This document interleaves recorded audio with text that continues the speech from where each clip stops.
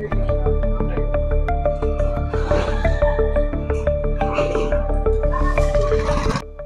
কোর্সের শুরুতেই rotary Club of Sylhet মিডটাউনের শতাধিক গাছের চারা বিতরণ।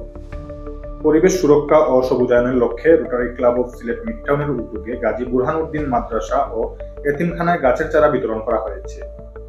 মঙ্গলবার দুপুরে মাদ্রাসা প্রাঙ্গণে আয়োজিত এই পরিবেশ বান্ধব কর্মসূচিতে আম, কাঁঠাল সহ বিভিন্ন বনজ ও ঔষধি গাছের শতাধিক চারা বিতরণ করা হয়। রোটারি ক্লাব অফ সিলেট মিডটাউনের প্রেসিডেন্ট রোটারিয়ান সেলিনা চৌধুরী বলেন, পরিবেশ রক্ষায় আমাদের ভূমিকা অপরিহার্য। আজকে রোটারি ক্লাব অফ সিলেট মিডটাউনের 2025-26 এর প্রথম প্রজেক্ট ছিল ফুড ডিস্ট্রিবিউশন এবং সেকেন্ড প্রজেক্ট হলো আমাদের বৃক্ষরোপণ। তো বৃক্ষরোপণ হলো প্রকৃতি আমাদেরকে দিয়েই যাচ্ছে, কিন্তু আমরা প্রকৃতির বিনিময়ে আমরা প্রকৃতিকে কি দিচ্ছি? তো আমরা প্রতিনিয়ত অক্সিজেন নিচ্ছি এবং প্রকৃতির দ্বারা আমরা বিভিন্নভাবে উপকৃত হচ্ছি।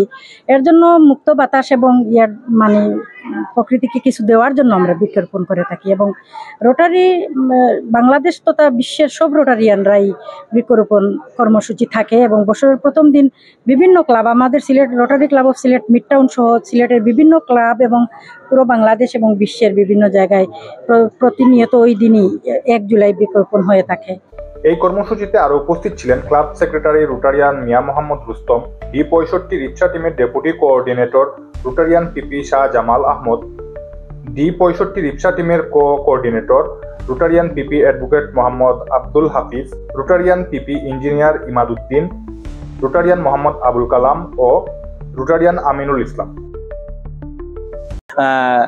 রোটারির নির্দেশনা অনুযায়ী জুলাই মাসের প্রথম 15 দিন আমরা বৃক্ষরোপণ করে থাকি। আর যেহেতু এখন হচ্ছে বৃক্ষরোপণের উপযুক্ত সময়, সেই হিসেবে আমরা বৃক্ষরোপণ কর্মসূচি আমরা পালন করছি এবং পৃথিবীকে আমাদের বসবাস উপযোগী করে তোলার জন্য এই বৃক্ষরোপণের উদ্যোগ নেওয়া।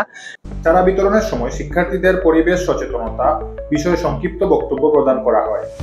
শেষে সকলের অংশগ্রহণে মাদ্রাসা চত্বরে কয়েকটি গাছ রোপণ করা হয়। বিশ্ব পরিবেশ রক্ষায় আমাদের রোটারি ইন্টারন্যাশনাল সারা বিশ্ব জুড়ে কাজ করে যাচ্ছে, কিন্তু আমাদের এবছর রোটারি ইন্টারন্যাশনাল D65 বাংলাদেশের কালব্যাপী আজ থেকে 15 জুলাই পর্যন্ত আমাদের বৃক্ষরোপণ পক্ষ ঘোষণা করা হয়েছে। আমাদের কেন্দ্রীয় কর্মসূচির অংশ হিসাবে আমরা আজকে শুরু করেছি।